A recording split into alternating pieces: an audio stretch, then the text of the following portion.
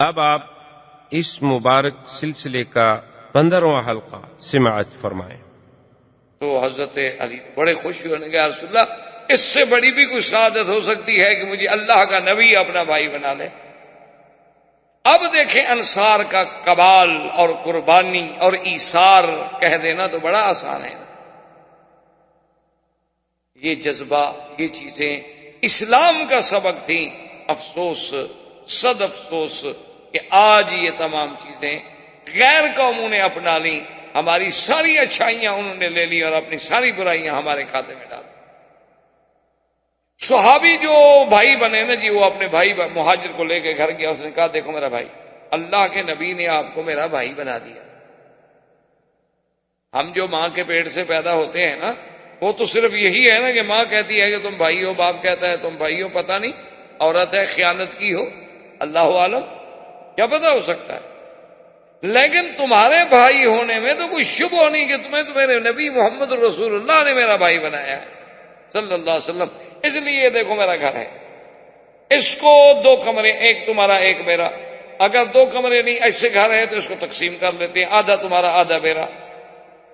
میرا باغ ہے، اس میں 100 کھجوریں ہیں، 50 تمہاری 50 میری۔ بھائی جو صرف کہہ دینا تو آسان ہے نا کسی کو بھائی۔ وہ ایک لطیفہ ہے نا، شورش کاشمیری، اللہ اس کی قبر پہ رحمت کرے، بہت بڑا مقرر بھی تھا، خطیب بھی تھا، ادیب بھی تھا، اور بہت بڑا مجاہد بھی تھا۔ تقریباً 11 سال اس نے انگریزوں کی جیل کاٹی۔ تو وہ ایک دفعہ بھٹو صاحب سے جھگڑا ہوا تو بعد میں سلو ہو گئی، کچھ لوگوں نے درمیان میں پڑھ کے سلو کرا دی۔ تو بھٹو صاحب اس کے پاس آ گئے، اس کے گھر میں، اور اس کی یہ کمزوری تھی شورش کی کہ کوئی آدمی اس کے گھر پہ چل کے آ جائے تو بس بات ختم، پھر سارے جھگڑے بگڑے۔ تو بھٹو صاحب آ گئے۔ بھٹو صاحب کو کسی نے بتا دیا کہ بھئی یہ بڑا ضدی آدمی ہے، مانا تو یہ انگریزوں کی جیل سے بھی نہیں، تو تمہاری سختیوں سے کب مان جائے گا یہ؟ اس کا ایک ہی کمزوری ہے، اس کے گھر چلے جاؤ بس خلاص، السلام علیکم، اس کے بعد یہ تمہاری مخالفت چھوڑ دے گا۔ وہ چپ کر کے گھر آ گیا، سلو ہو گئی۔ جب سلو ہو گئی تو بھٹو صاحب نے ہنستے ہوئے کہا کہ شورش صاحب آج کے بعد آپ مجھے اپنا بھائی سمجھیں، آپ مجھے ایز اے پی ایم بات نہ کیا کریں، مجھے پی ایم سمجھ کے آپ فون نہ کیا کریں، بلکہ آپ مجھے اپنا بھائی سمجھیں۔ تو شورش نے فوراً کہا کہ ہاں میں کوشش کروں گا، لیکن مجھے ڈر ہے کہ کہیں آپ یوسف کے بھائی۔ انہوں نے کہا ڈر ہے مجھے، یوسف کے بھی تو بھائی تھے نا جن نے کنویں میں ڈالا تھا۔ تو انہوں نے کہا بھائی تو آپ بن رہے ہیں، لیکن میں خیال رکھوں گا بہرحال پھر بھی کہ آپ میرے وہ یوسف والے بھائی تو نہیں ہیں۔ تو باہر صورت کہنے کا مقصد یہ تھا کہ بھائی کا لفظ کہہ دینا تو بہت آسان، لیکن اس پہ عملاً پریکٹیکل طور پہ عمل کرنا کہ بھائی بن کے دکھانا۔ انہوں نے کہا یہ اچھا، اتنا اس سے بڑا کمال یہ ہے، ایک صحابی نے کہا دیکھو بھائی میری 2 بیویاں ہیں، تم میرے بھائی ہو، تو میں ایک بیوی کو طلاق دے دیتا ہوں، لیکن تم ان 2 کو پہلے دیکھ لو، ان میں سے تجھے کون سی پسند ہے، جو تجھے پسند ہو میں طلاق دے دیتا ہوں، عدت گزر جائے تم شادی کر لو۔ یہ انصار کا کمال تھا، اور آگے بھی تو پھر مہاجرین تھے نا، ہماری طرح تو نہیں تھے نا، ہماری طرح ہوتے تو کہتے یار بڑی اچھی بات ہے، ٹھیک ہے، آدمی خود اپنی بیوی دینا چاہتا تو کیا حرج ہے، خوشی سے ہی دے رہا ہے نا، ہمیں تو کوئی نہ بھی دے تو دیکھ لیتے ہیں، وہ تو پیسے دینے پہ راضی ہوا ہے، ہم تو ویسے بھی طلاقیں لے لیتے ہیں، تعویذ کر لیتے ہیں، سحر کر لیتے ہیں، جادو کر لیتے ہیں۔ اسی لیے میں تو ہمیشہ تقریروں میں بھی کہا کرتا ہوں کہ اپنے گھر میں کبھی پیر یا مولوی کو مہمان نہ رکھا کرو، اور ہر آدمی کو رکھ لیا کرو، ان 2 لوگوں سے ضرور بچا کرو۔ کئی لوگ مجھ سے ناراض ہیں، وہ کہتے ہیں یہ آپ مولویوں کی توہین کرتے ہیں، توہین سمجھیں کچھ سمجھیں۔ ایک تو مولویوں کو عادت ہوتی ہے مطالعہ کرنے کی، کتابیں پڑھنے کی، اسٹڈی بڑی کرتے ہیں، متن دیکھا، حاشیہ دیکھا، شرح دیکھی، ایک ایک لفظ دیکھا۔ اسی طرح ان کو پاؤں بھی کسی عورت کا نظر آ جائے تو یہ سر تک پہنچ جائیں، یہ مطالعہ شروع کر دیتے، عادت ہوتی۔ اور دوسری بات یہ ہوتی ہے کہ یہ غریب بھوکے ہوتے ہیں، ان کو کچھ دیکھا ہوا نہیں ہوتا، نہ تو بھوکے آدمی سے ہر قسم کے جرم کی توقع ہو سکتی۔ ایک گناہ گار آدمی نے تو سینکڑوں عورتیں دیکھی ہوئی ہوتی ہیں، اس کا دل بھرا ہوا ہوتا ہے، اس نے کیا گناہ کرنا؟ تو یہ مقام تھا صحابہ کا کہ عبد الرحمن ابن عوف نے کہا دیکھو انصاریوں بات سنو، تم نے اپنے بھائی ہونے کا حق ادا کر دیا، لا ننسى فضلکم، ہم تمہارا احسان کبھی نہیں بھول سکتے، لیکن خدا کے لیے ایک بھائی نے کہا کہ میرے بھائی دلونی الی السوق، مجھے ایک رسی دے دو، ایک کلہاڑی دے دو، اور مجھے بتلا دو کہ لکڑیاں کہاں آتی ہیں، کہاں بکتی ہیں، جزاکم اللہ خیرا، میں لکڑیاں بیچ کے کھانا کھا لوں گا، میں بھی کسی کے دروازے پہ پڑھ کے اس کے لیے بوجھ بننا نہیں چاہتا۔ مہمان ہوتا ہے 3 دن، اس کے بعد کیا مہمان ہے بھائی، پھر تو بلائے جان ہے۔ تو اب اس مواخات کے بعد پھر حضور نے ایک حکم جاری کیا، آپ نے فرمایا کہ آج کے بعد قریش کو مدینہ منورہ میں کوئی پناہ نہیں دے گا، کسی کے وہ جیران نہیں بن سکتے، جیوار نہیں بن سکتے، کہ کل کو کوئی قریشی آ جائے مدینہ منورہ میں اور ایک آدمی کہہ دے کہ ہاں جی میرا دوست ہے، میں نے پناہ دے دی ہے نا، خبردار، مشرک کو اب کوئی پناہ نہیں دے گا۔ اور دوسرا حضور نے حکم جاری کیا کہ اب کسی غیر ملک سے یا غیر قوموں سے جو معاہدے ہوں گے وہ صرف محمد الرسول اللہ کریں صلی اللہ علیہ وسلم، اب کسی یہودی کو یہ حق نہیں، اب کسی کعب بن الاشرف کو، بنو قریظہ کو، بنو نذیر کو، بنی قینقاع کو، ان کے سرداروں کو کوئی حق نہیں، اب یہ حق صرف اسلام کا ہے۔ اگر کسی قوم سے معاہدہ ہوگا، عہود ہوں گے، مواثیق ہوں گے، معاہدات ہوں گے، تو وہ صرف ہم کریں گے اور کوئی نہیں کرے گا۔ اور اس کے بعد جناب یہ ہے کہ حضور پاک سرکار دو عالم صلی اللہ علیہ وآلہ آلہ واصحابہ وسلم تسلیما کثیرا کثیرا نے نماز کا حکم، کیونکہ یاد رکھیں نماز میں کئی ادوار گزرے ہیں، جو نماز ہم پڑھتے ہیں، جو اہم العبادات، جو صلہ ہے بین العبد و بین الرب، اس پہ کئی ادوار گزرے ہیں۔ پہلے زمانے میں صحابہ نماز پڑھتے تھے لیکن نماز فرض نہیں تھی، یعنی ابتدائی اسلام میں مکے میں حضور بھی نماز پڑھتے تھے، صحابہ بھی نماز پڑھتے تھے، لیکن نماز فرض کوئی نہیں تھی، اپنے منشے سے کسی نے پڑھ لی، کسی نے نہ پڑھی۔ پھر سب سے پہلے فرض ہوئی نماز کون سی؟ یہ 5 نمازیں نہیں، صرف تہجد رات کی نماز فرض ہوئی، حضور پر بھی اور صحابہ پر بھی، کہ یا ایھا المزمل قم اللیل الا قلیلا نصفہ او انقص منہ قلیلا او زد علیہ ورتل القرآن ترتیلا۔ قم اللیل، حکم یہ تھا کہ میرے مدنی قم اللیل الا قلیلا، رات کا زیادہ حصہ عبادت کرو، تھوڑا سا آرام کر لو، تھوڑا سا حصہ، اس کے بعد پھر تھوڑی سی اللہ نے رعایت کی، اللہ نے فرمایا قم اللیل الا قلیلا نصفہ او انقص منہ قلیلا، یا آدھی رات عبادت، آدھی رات آرام، یا پھر ایسا کریں چلو آدھی رات سے بھی کچھ کم عبادت کر لو، زیادہ حصہ آرام کر لو۔ سب سے پہلے جو فرض ہوا وہ رات تہجد کی نماز تھی، قیام اللیل جسے آپ کہہ سکتے ہیں، اور قیام اللیل اتنا جامع لفظ ہے، یاد رکھیں، اس میں تہجد بھی آ جاتی ہے، اس میں تراویح بھی آ جاتی ہے، اس میں صلاۃ الفطر بھی آ جاتی ہے، یہ بڑا جامع معنی لفظ ہے، چونکہ رات کی نماز ہے نا، رات میں پڑھی جانے والی نماز، عشاء بھی آپ رات میں پڑھیں گے، تراویح بھی رات میں پڑھیں گے، وطر بھی رات میں پڑھیں گے، تہجد بھی رات میں پڑھیں گے۔ اب اس کے بعد اللہ تبارک و تعالی نے پھر دوسرا حکم آ گیا کہ میرے مدنی پاک پر تو تہجد فرض رہی لیکن آپ کی امت پہ تہجد فرض نہ رہی، حضور صلی اللہ علیہ وسلم کے ذمہ تو صلاۃ تہجد فرض رہی، اسی لیے حضور نے کبھی نماز تہجد نہیں چھوڑی، الا لیلۃ المزدلفہ، مگر صرف مزدلفہ کی رات میں جب حضور حج پہ تشریف لے آئے تو آپ نے تہجد نہیں پڑھی، کیوں؟ شفقتاً علی امتہ، اپنی امت پہ شفقت فرمانے کے لیے کہ بھئی 10 تاریخ کو تو میری امت کو بڑے کام ہیں، کنکریاں مارنی ہیں، قربانی کرنی ہے، بال کٹانے ہیں، احرام کھولنا ہے، پھر طواف زیارت کے لیے جانا ہے، صفا مروہ دوڑنی ہے، تو رات کو بھی جاگے ہوئے ہوں گے تو صبح بیچارے کیسے اتنے بڑے کام کر سکیں گے؟ تو حضور نے تہجد نہیں پڑھی، ورنہ کبھی زندگی میں سفر میں حضر میں حضور نے کبھی تہجد نہیں پڑھی۔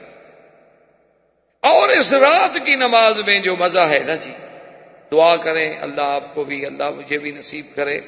تو اصل میں حقیقت یہ ہے کہ یہ ایک ایسی کیفیات ہیں جو آدمی تقریروں سے نہیں سمجھا سکتا۔ دیکھیں نا جی، اب اس میں چائے کو میں پتہ نہیں سارے ڈاکٹر بھی مل کے جب تک چکھیں گے نہیں بتلا سکتے کہ یہ میٹھی ہے یا پھیکی ہے کیسی ہے، کیونکہ ظاہر۔ تو اسی طرح بعض چیزوں کا تعلق اس وقت جب تک اس کے اندر آدمی نہ آئے اس کو سمجھ نہیں آتا۔ اسی لیے بزرگ کہتے ہیں نا کہ اللہ کے بڑے مزے، جو آئے سو چکھ لے، یہ کہنے والے نہیں، بتانے والے نہیں۔ آپ ذرا اللہ میں آئیں، ذکر میں آئیں، فکر میں آئیں، پھر تمہیں پتہ لگے کہ اللہ کے ذکر کے مزے کیا ہیں۔ تم سمندر کے کنارے پہ کھڑے ہو کے موجیں گنتے رہو تو تمہیں کیا پتا کہ قعر سمندر میں کیا ہوتا ہے؟ ساحل پہ کھڑے ہو کے جو مرضی آئے گنتے رہو، جو مرضی آئے کہتے رہو۔ اس لیے قرآن کہتا ہے ان ناشئۃ اللیل ہی اشد وطئا واقوم قیلا۔ میرا مدنی، رات کی نماز جو ہے نا، نفس امارہ کے کچلنے میں اس سے بڑی کوئی چیز نہیں۔ یہ انسان کے اندر جو نفس امارہ ہے نا، جو بڑائی ہے، جو اکڑ ہے، جو غرور ہے، جو انا پرستی ہے، اس کو کچلنا ہو تو پھر یہ رات کی نماز ہے کہ آرام ہے، اے سی چل رہا ہے، بڑا عین سکون ہے، اور بہترین قسم کے بستر پہ اپنی بیوی کے ساتھ لیٹا ہے۔ اس وقت ان سب کو چھوڑ کے اٹھ کے وضو کر کے اللہ کے دربار میں کھڑا ہونا کو معمولی سی بات نہیں ہوتی۔ آدمی اپنے جذبات کو کچلتا، اپنے خواہشات کو مٹا دیتا، اور اللہ نے فرمایا کہ میرا مدنی، یہ رات کی نماز ایسی ہے کہ پھر اس کا پڑھنا جو ہے نا، وہ صرف زبان سے نہیں ہوتا بلکہ دل اور زبان جو ہے موافقت ہوتی ہے ان میں، کیونکہ اور کسی قسم کا خیال نہیں، شور نہیں، توجہ نہیں، کوئی دیکھنے والا نہیں، کوئی بولنے والا نہیں، آپ اکیلے ہیں، آپ ہیں اور رب ہے۔ وہ جو تنہائی ہے نا جی، اسی لیے نبوت سے پہلے حضور کو حبب الخلوہ، حضور کو تنہائی پسند ہو گئی تھی۔ آپ جا کے پورا مہینہ غار حرا میں بیٹھے رہتے۔ اسی لیے اب بھی علماء اولیاء اللہ اور صحیح معنوں میں جو صوفیاء کرام ہیں، قرآن و سنت کی روشنی میں چلنے والے، اب بھی وہ اسی لیے اپنے تلامذہ کو بطور علاج جو ہے ان کو علیحدہ رکھتے ہیں کہ بھئی مجالس سے بچو، خلوت سے بچو، الگ بیٹھو، ذکر کرو، مراقبہ کرو، اپنے اعمال پہ توجہ کرو، اپنے نفس پہ توجہ کرو، اپنے دل پہ توجہ کرو، روز جو کچھ آپ نے آج کے دن میں کیا ہے اس پہ توجہ کرو۔ تو اسی لیے وہ لوگ اسے کاٹتے ہیں کہ جب آدمی خلوت میں آتا ہے تو خدا کی قدرت ہے کہ پھر اس کی اندر کی جو صلاحیتیں ہیں وہ بیدار ہوتی ہیں، اور جب تم جلوت میں ہوتے ہو تو لوگوں کے اثرات سے وہ باتیں خاموش ہو جاتی، وہ بتی جلتی نہیں۔ جب وہ جلتی نہیں تو روشنی کیسے نظر آئے؟ اور یہ باتیں چونکہ کسی کو سمجھائی نہیں جا سکتی، اس لیے بڑے لوگ مخالف بھی ہو گئے اس بات کے، کیونکہ یہ باتیں نہ پڑھنے سے آتی ہیں نہ سمجھانے سے آتی ہیں۔ تو سب سے پہلے یاد رکھیں کیا تھا، صلاۃ تہجد فرض ہوئی حضور صلی اللہ علیہ وسلم پر بھی، امت پر بھی، پھر اللہ نے امت سے تو معاف کر دی، حضور کے ذمہ رہی۔ اچھا، پہلے پھر یہ تھا کہ بھئی آدھی رات آرام، آدھی رات نماز، وہ بھی پھر اللہ نے معاف کر دیا۔ فرمایا فَقْرَؤُوا مَا تَيَسَّرَ مِنَ الْقُرْآنِ عَلِمَ أَن سَيَكُونُ مِنْكُمْ مَرْضَىٰ۔ اللہ نے فرمایا میرا مدنی، اب اجازت ہے آپ کی امت کو جتنا پڑھ سکے نا بس پڑھ، کیوں اللہ جانتا ہے تم میں بیمار ہوں گے، تم میں مجاہد ہوں گے، تم میں کاروباری لوگ ہوں گے، صبح اس نے جا کے ڈیوٹی پہ جانا ہے، اور پھر بیچارہ رات کو ساری رات اگر تہجد میں جاگتا رہے تو پھر کیسے جا سکے گا؟ تو لہذا اب اس کے لیے راحت ہے، آرام ہے، جتنی پڑھ سکے، بس باقی سب اللہ نے معاف کر دیا۔ تو نماز کی پہلی سٹیج یہ تھی۔ دوسری سٹیج نماز کی یہ تھی کہ اللہ نے 50 فرض کی، معراج کی رات کہ 50 نمازیں پڑھیں. وہ ایک دفعہ حضرت مفتی محمود صاحب رحمۃ اللہ علیہ کا وقت کے پریزیڈنٹ سے مخالفت تھی، تقابل تھا، تو اس نے ایک مجلس میں آپس میں مذاکرات ہو رہے تھے، تو اس نے کہا کہ مفتی صاحب کیا ہی اچھا ہوتا کہ اللہ میاں وہ 50 نمازیں ہی رکھتے، کم از کم آپ مولوی اسی میں تو مصروف رہتے، ہماری جان تو چھوڑتے نا. انہوں نے کہا کہ 50 نمازیں ہم نے تو پڑھنی نہیں تھی. اس نے کہا ہم تو چلو لگے رہتے نا، فارغ تھے، ہم نے تو کوئی نماز نہ 1 پڑھنی ہے، نہ 50 پڑھنی ہے، نہ 5 پڑھنی ہے. لیکن اگر 50 نمازیں ہوتی تو کم از کم 24 گھنٹے آپ 50 نمازوں میں لگے رہتے، ہماری جان تو چھوڑتے نا. ہمارے خلاف الگ ایجیٹیشن ہے، مظاہرے ہیں، تقریریں ہیں. مفتی صاحب نے کہا کہ تم تو ابھی 5 نمازوں کی طاقت کی مقابلہ نہیں کر رہے ہو، جب ہم 50 پڑھتے اس روحانی طاقت کا مقابلہ تم کر سکتے؟ پھر تو تم 1 گھنٹہ بھی نہ ٹھہرتے. ابھی تو ہمیں اتنے دن لگ گئے ہیں تمہیں ہٹانے میں، اس لیے کہ ابھی نمازیں ہماری کم ہیں. اگر وہ اللہ ہمیں روحانی قوت عطا فرما دیتے 50 نمازیں پڑھنے کی، تو پھر وہ نورانیت، وہ قوت، وہ ایمان جو ہوتا تو تم اس کا مقابلہ پھر کر سکتے. تم تو پھر 1 دن بھی نہ ٹھہرتے. تو بہرحال 50 نمازیں فرض ہوئی، پھر اللہ نے معاف فرما دی اور 5.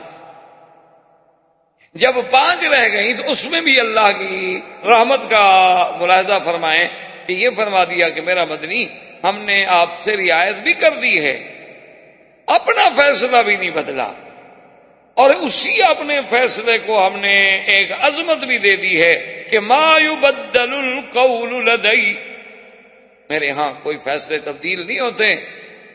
یہ کوئی انسانی کورٹیں نہیں ہیں، یہ کوئی انسانی پارلیمنٹیں نہیں ہیں کہ جب چاہا بدل دیا. میرا جو فیصلہ ہے وہ وہی ہے 50 والا. امت آپ کی 5 پڑھے گی لیکن لکھیں گے ہم 50. من جاء بالحسنۃ فلہ 10 امثالها. اچھا، اس قرآن کی آیت کو مرزا قادیانی پتہ ہے اس نے کیسے سمجھا؟ اس نے قوم سے وعدہ کیا کہ میں کتاب لکھوں گا جس کے 50 جلد ہوں گے، اس کے لیے میرے ماننے والے جو ہیں اتنے پیسے جمع کرائیں. لوگوں نے پیسے جمع کرانے شروع کر دیے، پیسے جمع ہو گئے. اب پیسے تو جمع ہو گئے، اس بدبخت نے لکھی 5 جلدیں، 50 نہ لکھ سکا. اب لوگوں نے مطالبہ کرنا شروع کیا. انہوں نے کہا جی لوگ ہمیں بڑے شرمندہ کرتے ہیں کہ یہ کیسا نبی ہے جو جھوٹ بولتا ہو. بھئی نبی ہو کر جھوٹ کیسے بول سکتا ہے؟ نبی تو پاک ہوتے ہیں. اس نے کہا 50 جلدیں، آج 2 سال گزر گئے، پیسے لے لیے، ابھی تک 5 جلدیں میدان میں آئی ہیں. تو مرزا صاحب نے اپنے الہامات سے الہام منتخب کر کے الفضل رسالے میں جواب دیا کہ اعتراض کرنے والے بے وقوف ہیں. اللہ نے بھی تو 5 کو 50 کہا تھا، تم بھی 5 کو 50 سمجھ لو. اللہ نے بھی تو نبی سے یہی کہا تھا نا کہ نماز 5 پڑھو گے لیکن لکھیں گے ہم 50. تو 5 کو انہوں نے بھی تو 50، تو آپ بھی میری 5 جلدوں کو 50 سمجھ کے پڑھ لو، بس ٹھیک ہو گیا. جھوٹ تو میں نے نہیں بولا. دیکھیں نا منطق کیسی ہے الٹی. تو اب دوسری سٹیج یہ تھی کہ 5 فرض ہو گئے. اچھا، لیکن 5 فرض ہونے کے بعد مکے میں کبھی ترتیب سے پڑھے نہیں گئے. مدینہ منورہ میں آنے کے بعد بھی 5 فرض یوں نہیں پڑھے گئے جیسے آپ پڑھتے ہیں. 5 نمازیں تو پڑھی جاتی تھی لیکن 2 رکعت کر کے، ہر نماز 2 رکعت، فجر، ظہر، عصر، مغرب، عشاء سب 2 رکعت. اس کے بعد پھر حکم آیا جس میں اضافہ کیا گیا نمازوں کا کہ سفر میں تو نماز 2 رکعت رکھی گئی جو اصل تھی، لیکن حضر میں اللہ تبارک و تعالیٰ نے اس کو زیادہ کر دیا کہ ظہر کی 4، عصر کی 4، عشاء کی 4، مغرب کی 3، لیکن فجر کی 2 رہنے دی گئی اپنی اصل پہ. تو نماز میں یہ ادوار آئے، اور یہ سارے دور کہاں آئے؟ مدینہ منورہ میں ہجرت کے بعد. اب اسی طرح دیکھیں کہ پھر نماز پڑھنے کے لیے ایک مسئلہ تھا، ابھی نماز کیسے اکٹھے پڑھیں؟ کوئی انتظام تو تھا نہیں اکٹھے پڑھنے کا. کیسے جمع ہوں، کیا کریں؟ 2 آدمی 4 آدمی سورج کو دیکھ کر سائے کا اندازہ لگا کے کہ بھی ہاں اب زوال ہو گیا ہے، ہم نے نماز پڑھنے جانا ہے ظہر کی. اچھا جی، اب سایہ جو ہے 1 مثل ہو گیا، 2 مثل ہو گیا، اب ہم نے عصر کی پڑھنی ہے.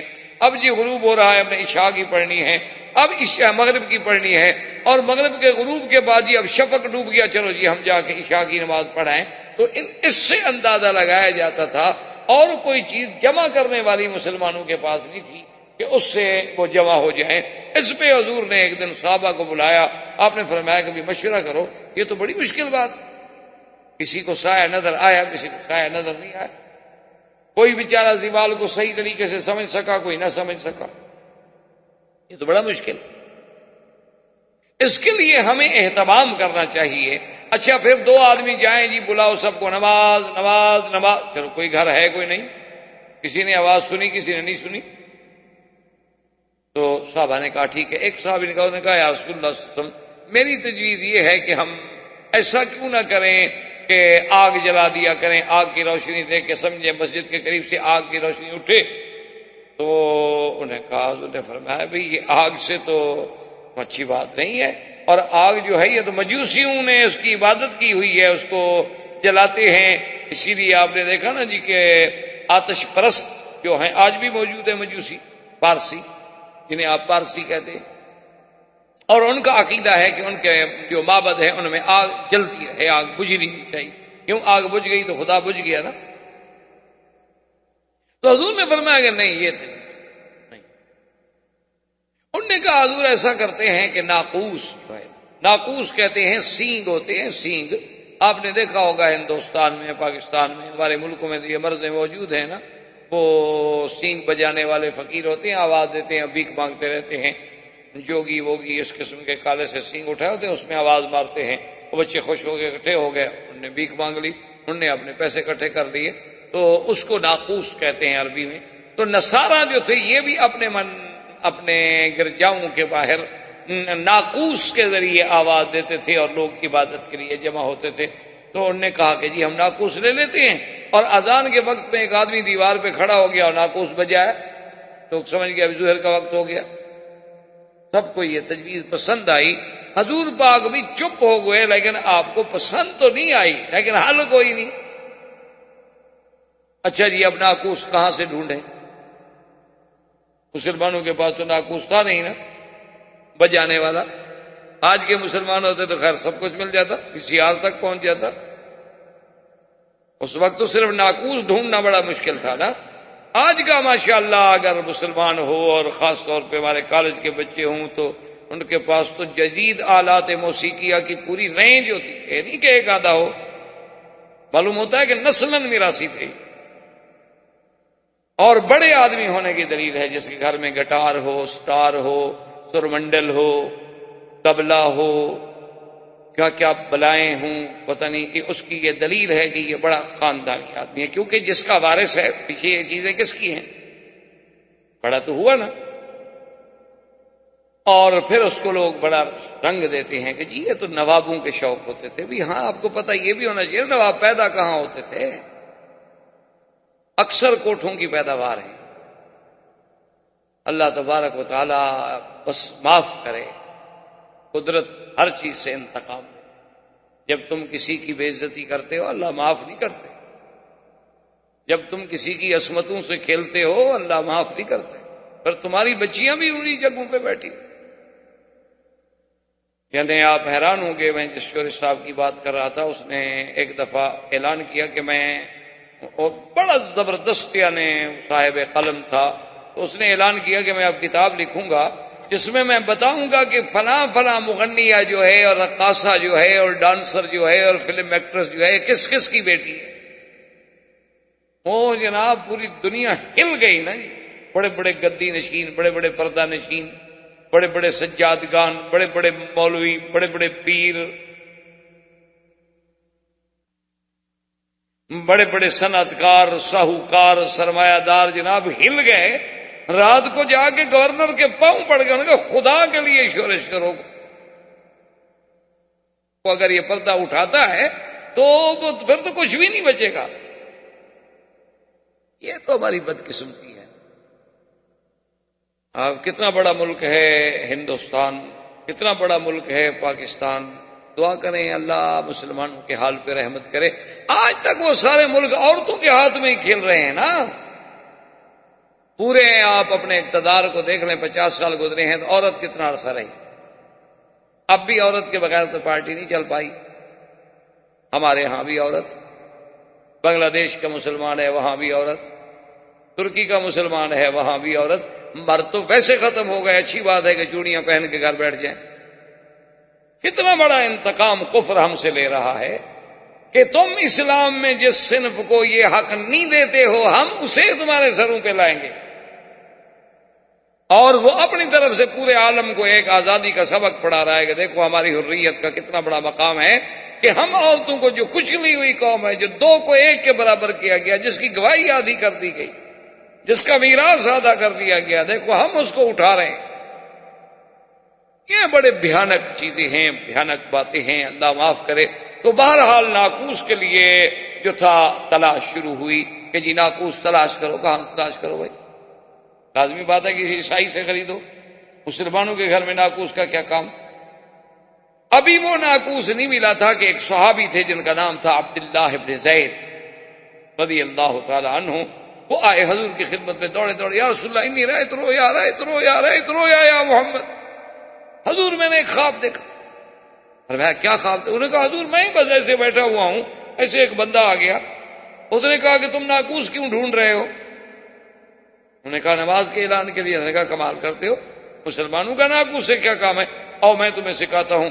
یا رسول اللہ وقام وقال اللہ اکبر اللہ اکبر اللہ اکبر اللہ اکبر اشہد ان لا الہ الا اللہ، پوری اذان۔ اور یا رسول اللہ میں نیند سے اٹھا تو مجھے یاد ہے پوری، اس میں ایک لفظ بھی خطا نہیں۔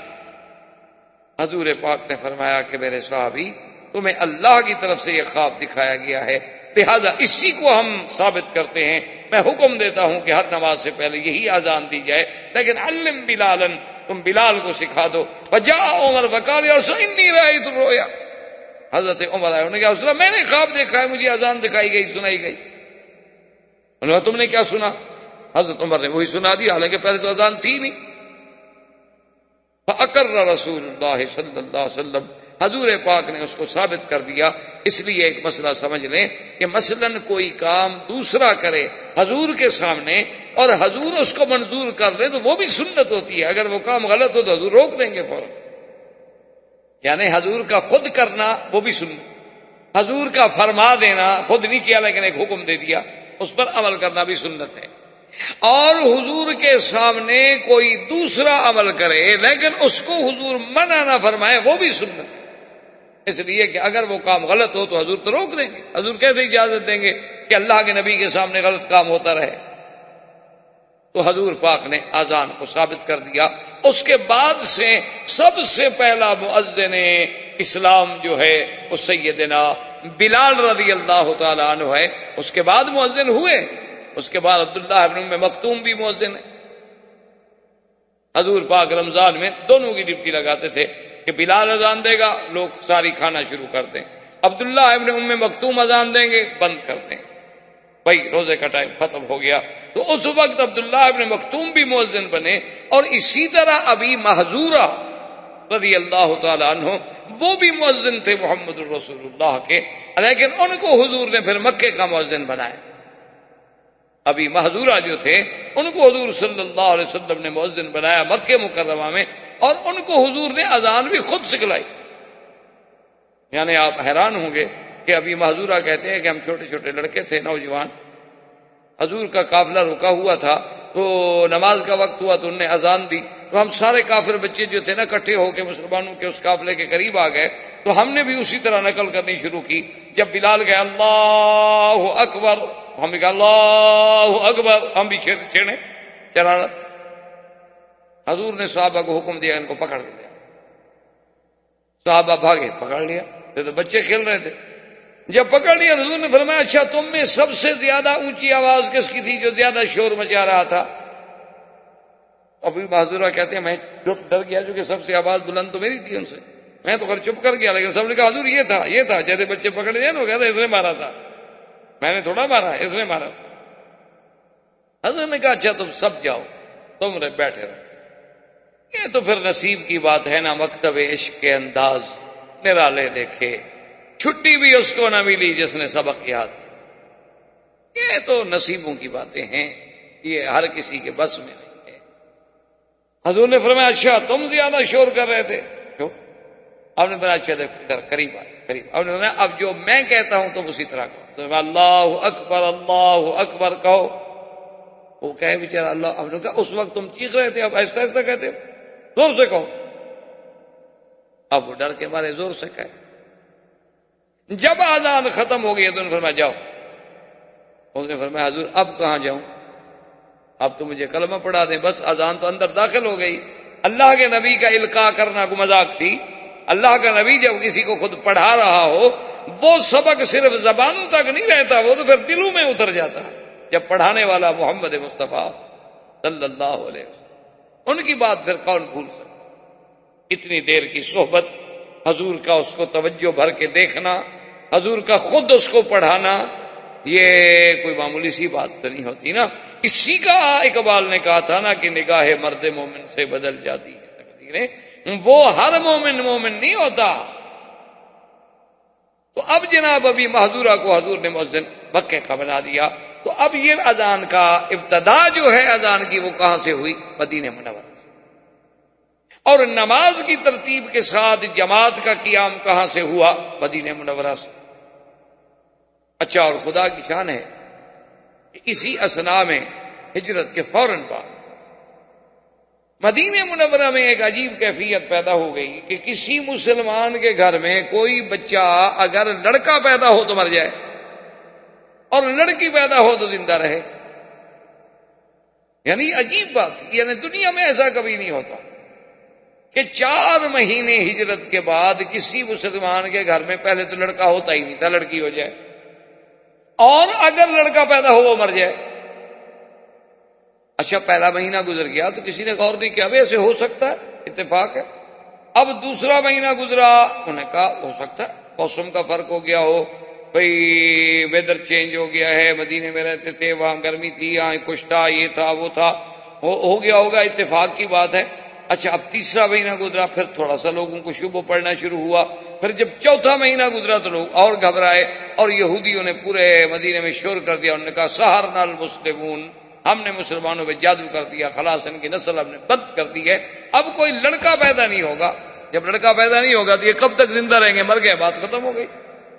جب اولاد ہی نہیں ہوگی، نسل ہی نہیں ہوگی، تو ان کے بعد ان کا نام کون لے گا؟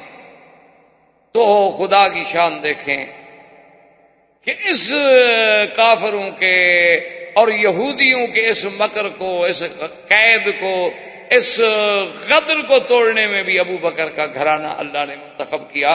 بی بی اسماء ہجرت کر کے پہنچی، اور بی بی اسماء کون ہے؟ اخت عائشہ بنت ابی بکر، بی بی عائشہ کی بہن ہے اور ابو بکر کی بیٹی ہیں، لیکن دونوں کی ماں علیحدہ ہے۔ بی بی عائشہ کی ماں الگ تھی، بی بی اسماء کی ماں الگ تھی۔ بی بی اسماء آئی مکے سے ہجرت کر کے، اور جس دن مدینہ پہنچی اسی دن بچہ پیدا ہوا۔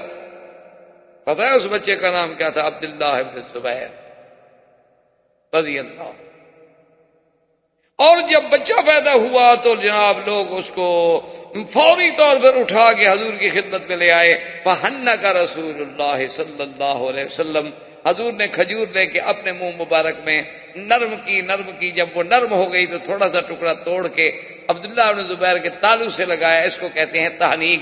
تو اول ما دخل فی جوفہ ریق رسول اللہ صلی اللہ علیہ وسلم، سب سے پہلی چیز جو عبداللہ بن زبیر کے اندر داخل ہوئی ہے وہ حضور کا لعاب تھا۔ اچھا جی، 1 دن گزر گیا، 2 دن گزر گئے، 4 دن گزر گئے، 10 دن گزر گئے، عبداللہ بن زبیر زندہ ہے، بچے پہ موت نہیں آئی، بچہ ٹھیک ٹھاک ہے، ماں بھی زندہ ہے، بچہ بھی زندہ ہے۔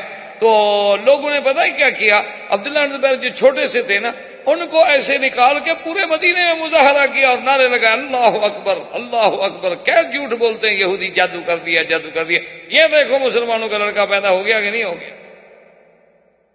کیا عجیب اتفاق ہے۔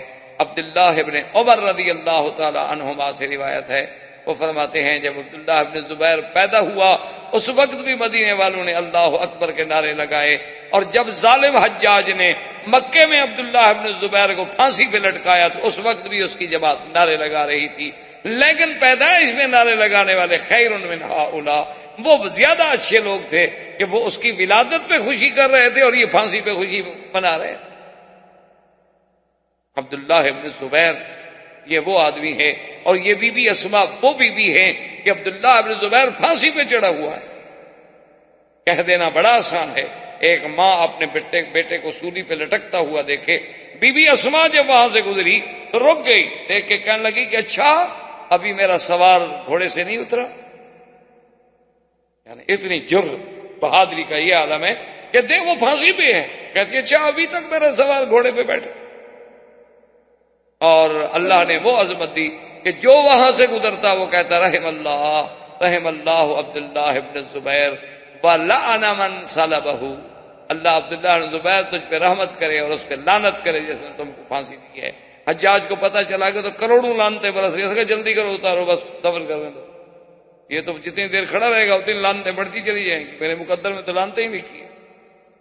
تو یہ سب سے پہلا واقعہ جو تھا یعنی بچہ پیدا ہونے والا اور اس رسم بد کو توڑنے والا, یہ بھی مدینے کی ہجرت کے یعنی حضور صلی اللہ علیہ وسلم کے ورود مدینہ کے بعد پیش آیا. اور سب سے پہلا سریہ اس کو کہتے ہیں, یاد رکھیں دو لفظ, ایک ہے سریہ ایک ہے غزوہ. آپ کتابوں میں پڑھیں گے لکھا ہوتا ہے سریہ, اور یہ رکھیں گے غزوات. تو غزوہ وہ ہوتا ہے جس جہاد میں حضور پاک خود تشریف لے گئے ہوں, وہ غزوہ ہے. اور سریہ وہ ہوتا ہے کہ جس کا حضور نے امر تو فرمایا, حکم تو دیا, لیکن کسی دوسرے کو امیر بنا کے بھیجا اور خود تشریف نہیں لے گئے, وہ سرایا. سب سے پہلا سریہ جو حضور نے ترتیب دیا اس کا امیر کون بنا؟ حمزہ ابن عبد المطلب. اور آپ نے حکم دیا کہ تم جاؤ, راستے میں قافلہ جا رہا ہے قریش کا, ان پہ حملہ کرو. لیکن خدا کی شان ہے کہ وہ جب آئے تو بنی زمرہ کا قبیلہ تھا, اس کا سردار جو تھا وہ درمیان میں حارج ہو گیا. اس نے کہا بھی میں تم لوگوں کو لڑنے, قافلہ میرے علاقے سے گزر رہا ہے, یہاں سے تو گزرنے دو, جب میرا علاقہ ختم ہو جائے پھر وہاں جا کے چاہے لڑو یا حملہ کرو. تو اس وجہ سے وہ قافلہ نکل گیا. حضرت حمزہ بغیر لڑائی کے مدینہ منورہ واپس آ گئے. لیکن سریات و غزوات کی ابتدا جو ہے وہ بھی حضور صلی اللہ علیہ وسلم کے مدینہ منورہ پہنچنے کے بعد ہوئی. اور جوں جوں اب دن گزرتے گئے, جیسے کہ کسی نے کیا بات کی, اس نے کہا ہر نبی آیا جانے کے لیے, لیکن محمد مدنی آئے جانے کے لیے نہیں, چھا جانے. باقی تو جتنے نبی آئے نا جانے کے لیے آئے اور چلے گئے, نبوت ختم, زمانہ ختم. لیکن اللہ کے نبی کی شان یہ تھی کہ جوں جوں وقت گزرتا جا رہا تھا, وَلَلْآخِرَةُ خَيْرٌ لَكَ مِنَ الْأُولَىٰ وَلَسَوْفَ يُؤْتِيكَ رَبُّكَ فَتَرْضَىٰ وَاللَّهُ تعالیٰ عالم وعلمہ اتم وما علینا الا البلاغ. برادران اسلام, واجب الاحترام بزرگوں, دوستوں, عزیز نوجوانوں, الحمدللہ کہ سلسلہ دروس میں سیرت پاک, سیرت حبیب کبریا سیدنا محمد مصطفیٰ صلی اللہ علیہ وسلم پر بیان کرنے کا اللہ نے ہمیں موقع بخشا. حضور صلی اللہ علیہ وسلم کی ولادت طیبہ سے لے کر اختصار کے ساتھ اور اپنی کم علمی کے ساتھ ہم نے جو واقعات پڑھے ہیں, ہم اس مقام پہ پہنچے تھے کہ حضور سرکار دو جہاں صلی اللہ علیہ وسلم ہجرت فرمانے کے بعد مکہ مکرمہ سے مدینہ منورہ آپ کا قیام اول مسجد قباء اور قیام ثانی جو ہے وہ مدینہ منورہ ابی ایوب انصاری کے گھر میں ہوا, اور حضور صلی اللہ علیہ وسلم مدینہ منورہ میں استقرار فرمایا. اور سب سے پہلا کام تعمیر مسجد نبوی, اور اس کے بعد حضور نے کچھ احکام دیا. جن احکام میں ایک حکم تو یہ تھا کہ قریش کو کسی شکل میں پناہ نہیں دی جائے, اور نمبر 2 یہ حکم تھا کہ اب اگر کوئی معاہدے ہوں گے باہر کے قبائل سے تو وہ صرف حضور صلی اللہ علیہ وسلم ہی فرمائیں گے اور کسی کو حق نہیں. اور حضور صلی اللہ علیہ وسلم نے سب سے پہلا مدرسہ جو قرآن پاک کا مدرسہ تھا, جسے آپ تعلیم قرآن بھی کہہ لیں, تحفیظ قرآن بھی کہہ لیں, اسی مسجد نبوی میں آپ نے جاری فرمایا کہ جو اصحاب رسول اس مسجد میں رہتے تھے تو وہ حضور صلی اللہ علیہ وسلم سے اللہ کا قرآن سن کے یاد کیا کرتے تھے۔ تو مسجد و مدرسے کی ابتدا، اور اس کے ساتھ ساتھ یہ بھی آپ ذہن میں رکھ لیں کہ جتنی زندگی میرے مدنی سرکار نے مکہ میں گزاری تو آپ کے مخالف مشرکین، کافر تھے، مشرک تھے، وثنی تھے، بت پرست تھے، لیکن جب حضور صلی اللہ علیہ وسلم مدینہ منورہ تشریف لے گئے تو کافر تو خیر پہلے ہی مخالف ہوتا ہے چاہے وہ کہیں، کیونکہ حضور صلی اللہ علیہ وسلم کے یہ فرمان ہے کہ الکفر ملت واحد، کفر پوری دنیا میں مشرق میں ہو، مغرب میں ہو، شمال میں ہو، جنوب میں ہو، وہ ایک ملت۔ یعنی آپ تو الحمدللہ سارے میرے بھائی پڑھے لکھے لوگ ہیں، آپ کی اخبارات پر، جرائد پر، دنیا کے جدید علوم پر نظر ہے، آپ دیکھیں کہ یہود اور نصارہ میں جو دشمنی ہے اس کی دشمنی کا تو کوئی کائنات میں اور مثال نہیں ملی۔ یعنی یہود اور نصارہ آپس میں دشمن، اور دشمنی کا یہ عالم ہے کہ جب ایک دوسرے کو موقع ملا ہے تو انہوں نے ان کا ایسا قتل عام کیا ہے کہ جس کی دنیا میں کوئی مثال نہیں ملی۔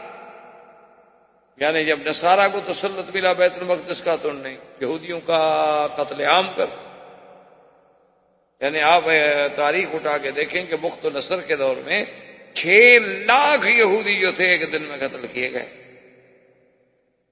اسی طرح جلا وطن کیے گئے، ان کو ذلیل کیا گیا۔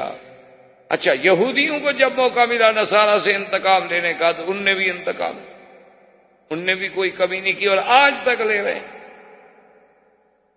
یعنی جو ان پہ ہوا ہے وہ بھولے نہیں ہیں، صرف اب ان کے انتقام کے طریقے بدل گئے ہیں، کچھ اقتصادی طور پر انتقام لے لیتے ہیں، کیونکہ جتنی دنیا کی ملٹی نیشنل کمپنیاں ہیں یعنی وہ سب گویا کہ یوں سمجھ لیں کہ اس وقت پورا عالم جو ہے وہ پنجہ یہود میں ہے،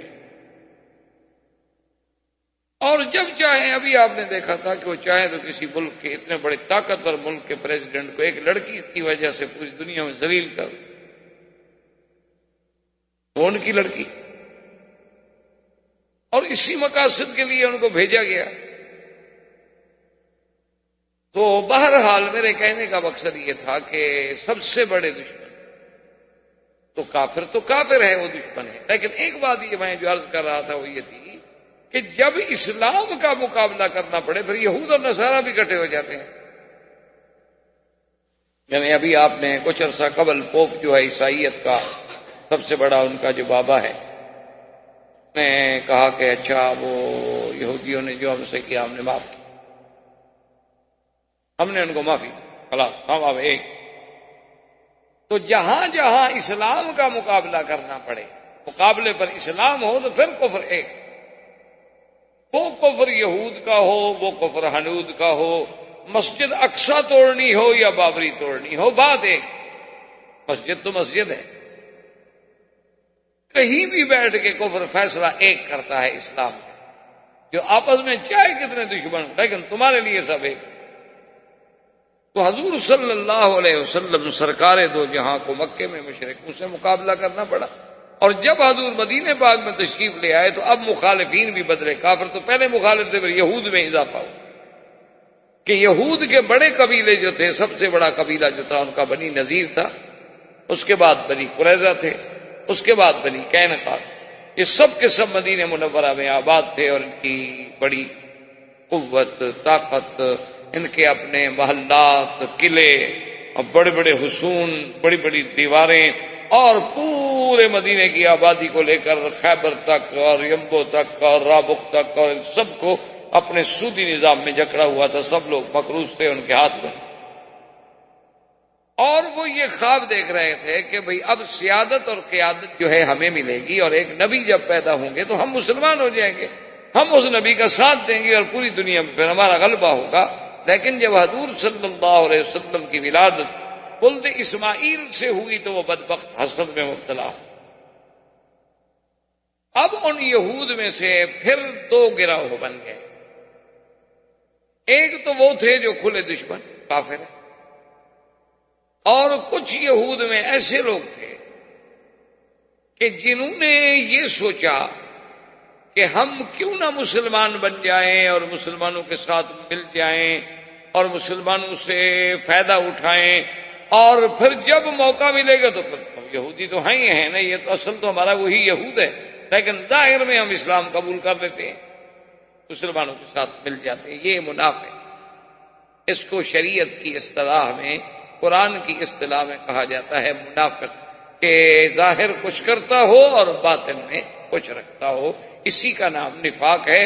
اور یہ ایک اعتقادی منافق تھے، عمل کے منافق نہیں، یعنی عقیدے میں بھی منافق کہ ظاہراً کہتے تھے کہ یا رسول اللہ ہم آپ کو رسول پاک مانتے ہیں، لیکن اندر سے نہیں مانتے۔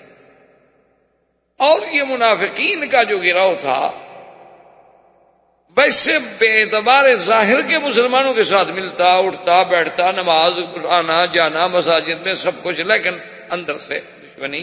تو اب حضور کے سامنے محاذ بن گئے، یعنی ایک مشرکین کا، ایک یہود کا، اور ایک ان منافقین کا جو ظاہر میں دوست بنے ہوئے ہیں، اندر سے سب سے بڑے دشمن۔ اور اسی اسنا میں یہ بنی نذیر بنی قریظہ جو ہے مدینے میں بیٹھے اس انتظار میں تھے حقیقتاً کہ حضور آئیں گے، اب اسلام لائیں گے۔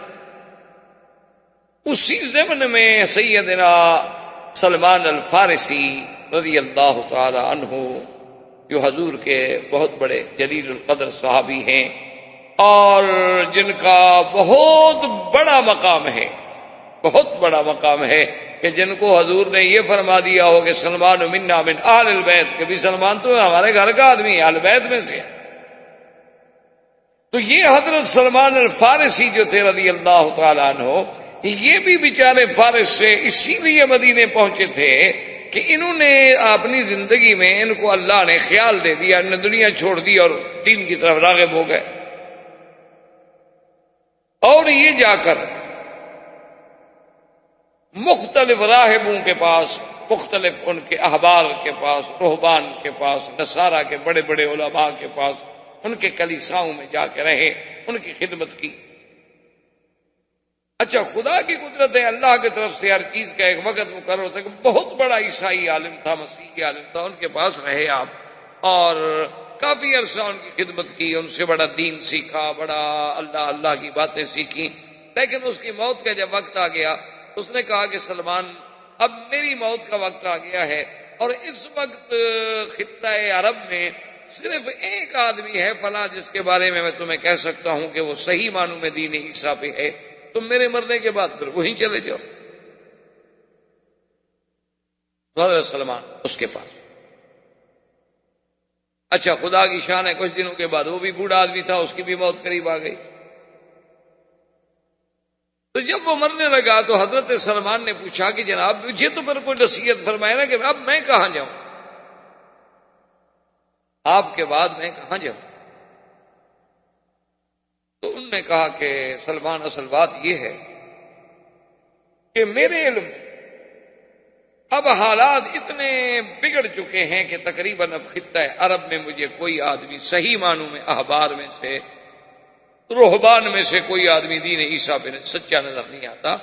اب اگر کوئی ہے تو بس وہ لوگ ہیں جو سرکاری درباری قسم کے پیر مولوی ہیں، کوئی اللہ والا بندہ نہیں رہا۔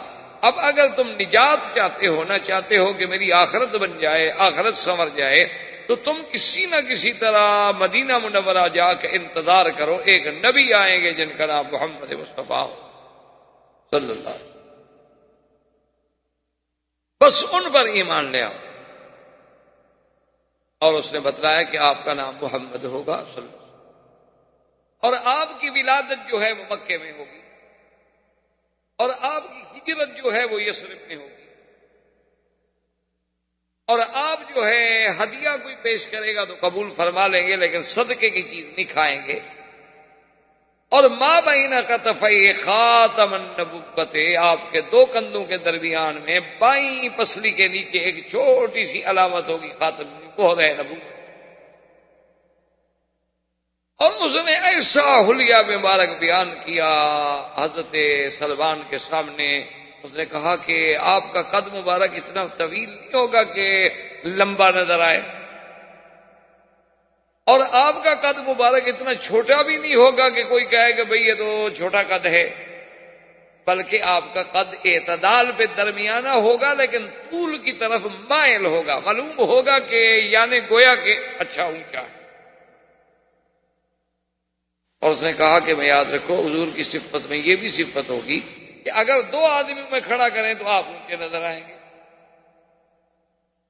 اور 1,00,000 آدمی میں کھڑا کریں پھر بھی آپ اونچے نظر آئیں گے، اور جب چلیں گے تو معلوم یہ ہوگا کہ اوپر سے اتر رہے، اور زمین پر پاؤں جو ہے آپ پوری قوت سے رکھیں گے، یہ نہیں کہ ایسے ہلکا ہلکا پاؤں رکھیں، پوری قوت سے جما کے رکھیں گے۔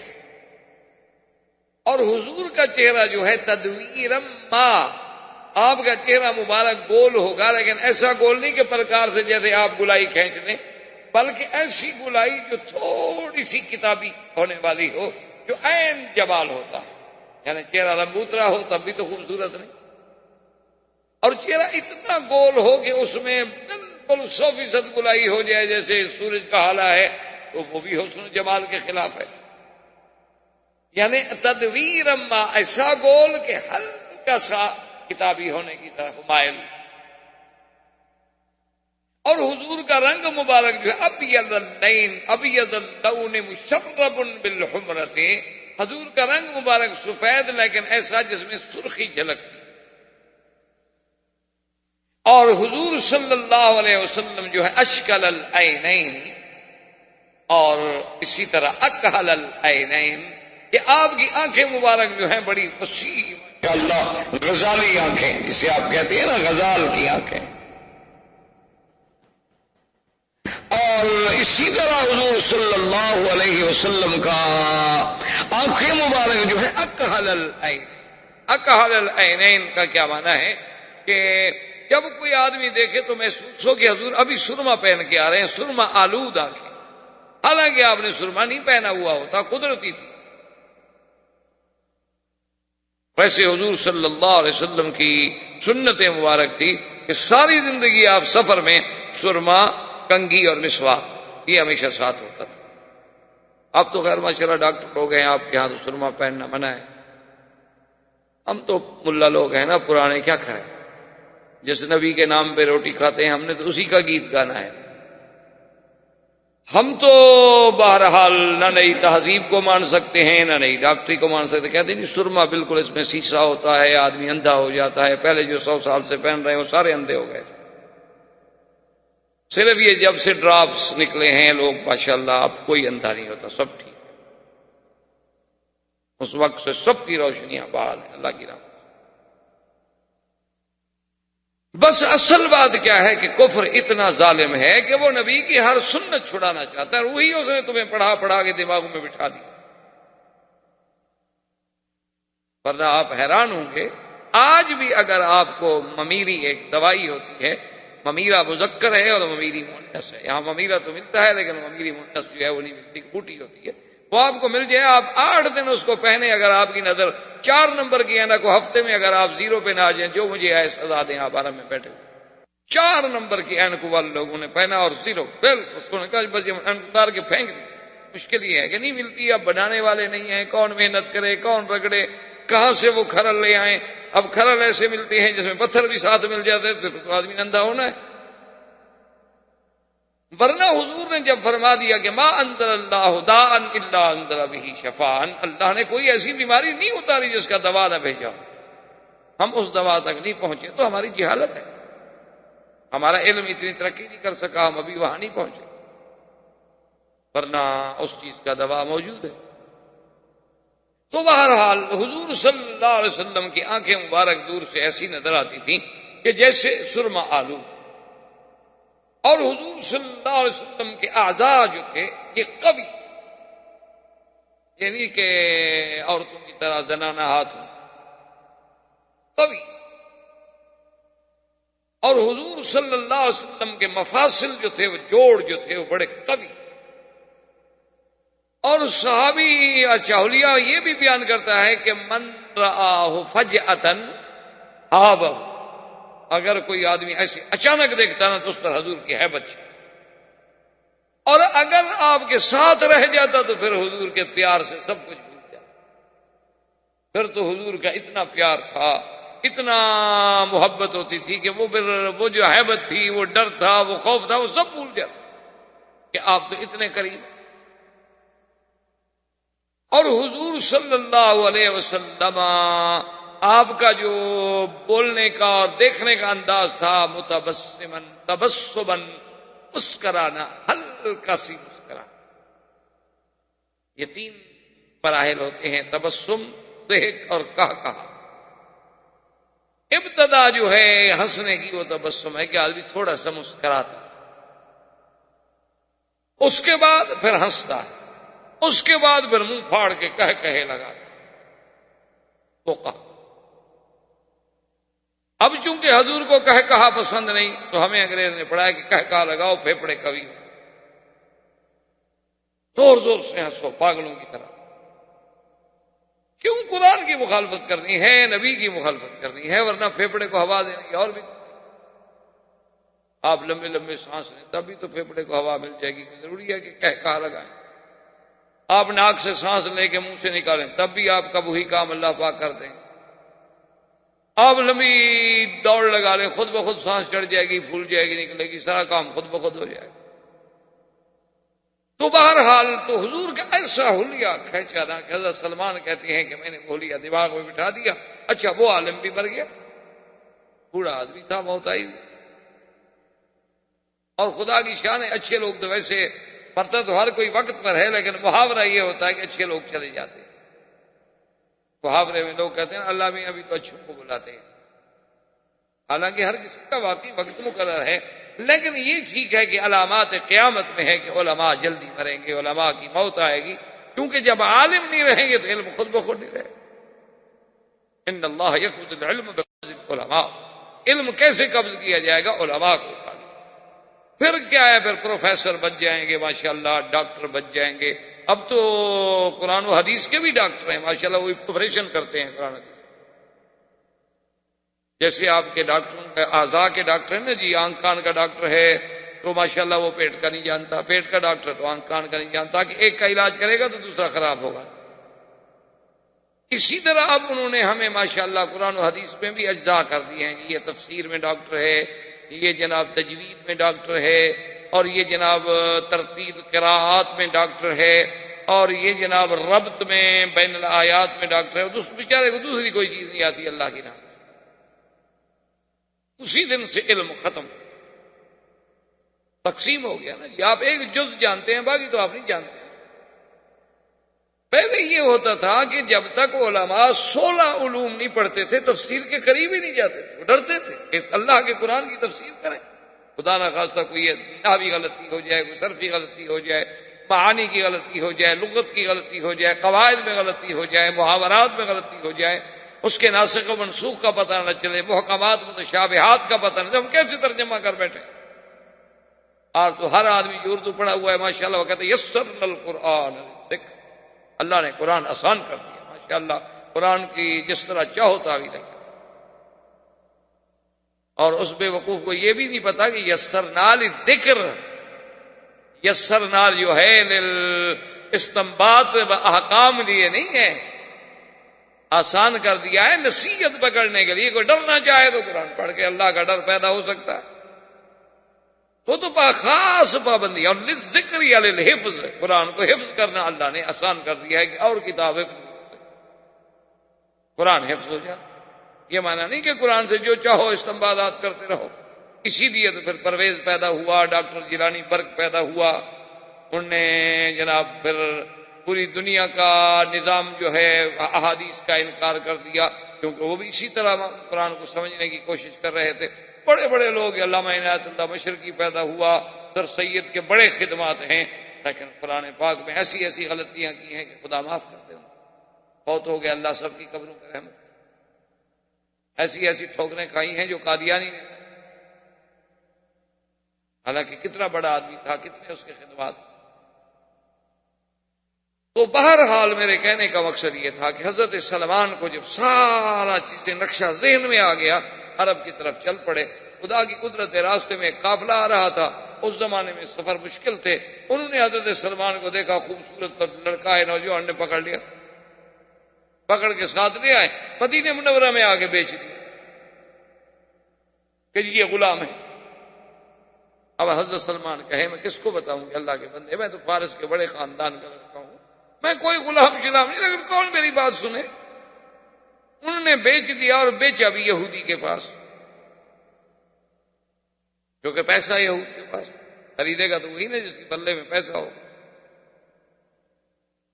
حضرت سلمان فرماتے ہیں کہ ایک دن میں اس کے کھجوروں کے باغ میں بیٹھا تھا کہ وہاں مجھے خبر ملی کہ قادم رسول اللہ ہے، کہ حضور اللہ کے نبی آ گئے کر کے مدینہ میں آ گئے۔ کہتے ہیں میں جناب مجھ سے تو پھر صبر نہ ہو سکا نا، کہ میرے تو دل میں اصل انتظار، میرا مقصد جو تھا، مقدم جو تھا مدینہ منورہ کا، وہ یہی تو تھا جس کے لیے میں غلام بن گیا، میں بک گیا۔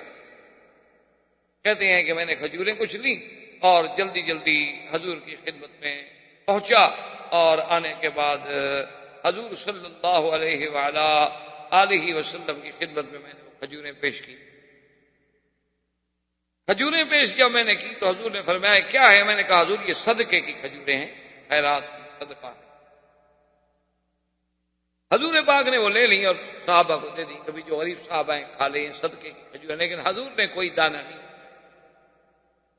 میں نے کہا کہ بھائی ہاں، اب دیکھیں نام بھی مل گیا، مکہ سے مولد بھی مل گیا، مدینہ کی ہجرت بھی مل گئی، اور وہ جو انہوں نے مجھے شکل مبارک سمجھائی تھی وہ بھی بالکل عین سامنے تصویر ہے، اور یہ صدقہ نہ کھانے والی علامت بھی مل گئی۔ دوسرے دن پھر میں حاضر ہوا، میں نے کچھ کھجوریں پیش کی، حضور نے فرمایا ما ھذا سلمان یہ کیا ہے؟ میں نے کہا حضور یہ ہدیہ ہے۔ فقبلہ، حضور نے قبول فرما لی، اپنے سامنے رکھی، آپ نے بھی تناول فرمائی، صحابہ نے بھی تناول فرمائی۔ میں نے کہا الحمدللہ، یہ علامت جو تھی نا، نشانی میرے لیے، یہ بھی پوری ہو گئی۔ اب میں نے کہا کہ وہ علامت جو ہے کہ حضور کے دو کندھوں کے درمیان میں مہر نبوت ہے، اب مہر نبوت میں کیسے دیکھوں؟ میں کیسے کہہ سکتا ہوں حضور پاک سے کہ جی قمیص اتارے میں نے مہر دیکھنی ہے؟ اتنا بے ادبی تو کوئی بھی نہیں کر سکتا۔ اور پھر حضور تو مدینہ منورہ میں نبی بھی تھے، بادشاہ بھی تھے، سردار بھی تھے، دین و دنیا کے تاجدار بھی تھے، اب مدینے میں تو آپ کا ایک پورا تسلط تھا۔ تو کہتے ہیں کہ ایک دن بقیع الغرقد کے کنارے حضور بیٹھے تھے، آپ نے نیچے بھی چادر مبارک تھی، اس کو کہتے ہیں حلہ، عربی میں کہتے ہیں ایک ہی طرز کا کپڑا ہونا، نیچے بھی اوپر بھی ایک قسم کا، تو اس کو کہا جاتا ہے حلہ۔ تو آپ ردا اور ازار میں تھے کہ نیچے بھی چادر تھی اور اوپر بھی آپ نے یوں چادر لی ہوئی تھی، ہوا چل رہی تھی۔ تو میں طریقے سے ایسے مقام پہ آگے کھڑا ہونے لگا کہ بھی اگر ہوا چلے اور اللہ مہربانی فرما دے اور حضور یوں ہاتھ رکھے بیٹھے، حضور ہاتھ اٹھائیں تو چادر گر بھی تو سکتی ہے نا، تو چادر گرے تو میں جلدی سے علامت دیکھ لوں۔ تو جب میں اس مقام پہ آگے کھڑا ہوا تو حضور نے فرمایا سلمان ادھر آ۔ میں قریب آ گیا اور حضور نے اپنی چادر مبارک جو تھی خود نیچے کر دی اور فرمایا سلمان ابھی تک تمہاری نشانیاں پوری نہیں ہوئی۔ تو میں نے کہا اشہد ان یا رسول اللہ، مجھے کلمہ پڑھا دے میں مسلمان۔ تو فوراً میں مسلمان، میں ابھی تک تم نشانیاں ڈھونڈ رہے ہو۔ تو یہ بڑا جو سیدنا سلمان کا اسلام ہے، یہ بھی ہجرت کے بعد مدینہ منورہ کے عظیم بقائے میں شمار ہو۔ حضرت سلمان اسلام لے آئے، اور اسی طرح آذان جو تھی، جیسے میں نے شاید پچھلے درس میں عرض کیا تھا کہ عبداللہ بن زید اور حضرت عمر نے خواب دیکھا، آذان بھی مدینے میں۔ اور اسی طرح یعنی حکم صیام جو ہے وہ بھی مدینہ منورہ میں، اس سے پہلے روزے فرض نہیں تھے، یعنی ویسے لوگ روزہ رکھتے تھے، نفلی روزہ، کیونکہ روزہ تو ہر شریعت میں رہا ہے، ہر دین کے اندر روزے موجود تھے، لیکن کوئی پابندی نہیں ہوتی تھی، کسی نے ایک رکھ لیا، کسی نے دو رکھ لیے۔ لما قدم رسول اللہ صلی اللہ علیہ وسلم المدینہ برأ الیہود انہم یصومون یوم عاشوراء، حضور پاک نے دیکھا کہ یہودی لوگ جو ہیں یہ عاشوراء 10 محرم کو روزہ رکھتے ہیں۔ جیسے ہمارے ملک میں تو کوئی عاشوراء کا روزہ ہے نہیں، اکثر لوگ سمجھتے ہیں کہ شاید حضرت حسین کی وجہ سے ہے، یہ سب سے بڑی جہالت ہے۔ حضور جب مدینے میں ایک تشریف لے گئے، ابھی تو بی بی فاطمہ کا حضرت علی سے نکاح بھی نہیں ہوا، حضرت حسین تو پیدا بھی نہیں ہوئے۔ حضور نے جب دیکھا کہ یہود جو ہیں 10 محرم کو روزہ رکھتے ہیں، تو آپ نے ان کے علماء کو، ان کے احبار کو بلا کے پوچھا کہ لم تصومون یوم عاشوراء، ان دنوں میں تم روزہ کیوں رکھتے ہو؟ انہوں نے کہا کہ یا رسول اللہ، اصل میں یہ آج کا دن جو ہے نا، یہ ایسا دن ہے کہ ان اللہ اغرق عدونا فرعون وانجا موسیٰ، موسیٰ علیہ السلام کو اللہ نے نجات دی تھی اسی دن میں، اور فرعون کو غرق کیا تھا، تو ہم اپنے پیغمبر کی اس کامرانی اور کامیابی میں اور دشمن کی ہلاکت کی خوشی میں اس دن اللہ کی عبادت کرتے ہیں اور روزہ رکھتے ہیں۔ آپ نے فرمایا انا احق بموسیٰ منکم، کہ موسیٰ علیہ السلام کے ساتھ پھر میرا تعلق زیادہ ہے تم سے۔ اور آپ نے حکم فرما دیا اپنے صحابہ کو کہ سب روزہ رکھو۔ اب جب عاشورہ آئے، لیکن ایک بات کا خیال کرو، صوموا یومین، 2 دن کا روزہ رکھو، 9 اور 10 کا یا 10 اور 11 کا، تاکہ ہم روزہ بھی رکھ لیں اور یہود کی مشابہت بھی نہ ہو جائے۔ وہ تو ایک روزہ رکھتے ہیں نا، ہم تو 2 رکھیں۔ دیکھو یعنی اللہ پاک کے نبی کے ذرا اس فرمان کو سمجھو کہ نماز میں، روزے میں، عبادت میں بھی تشبہ بالیہود حضور کو گوارا نہیں۔ اور ہم تو شکل میں کرتے ہیں، ہم تو لباس میں کرتے ہیں، ہم تو عادات میں کرتے ہیں، حالانکہ روزہ ہے، روزہ تو اللہ کی عبادت ہے۔ لیکن آپ نے فرمایا خالف الیہود، صوموا، 2 روزے رکھو یومین، یا تو 9 اور 10 یا 10 اور 11۔ تو اب اس کے بعد پھر اللہ نے حکم دیا کہ یا ایھا الذین آمنوا کتب علیکم الصیام کما کتب علی الذین من قبلکم۔ اللہ نے حکم دیا کہ ایمان والو، روزے تم پہ ہم نے فرض کر دیے ہیں، اور یہ صرف تم پہ فرض نہیں، تم سے پہلے لوگوں پر بھی اللہ تبارک و تعالی نے فرض کیے۔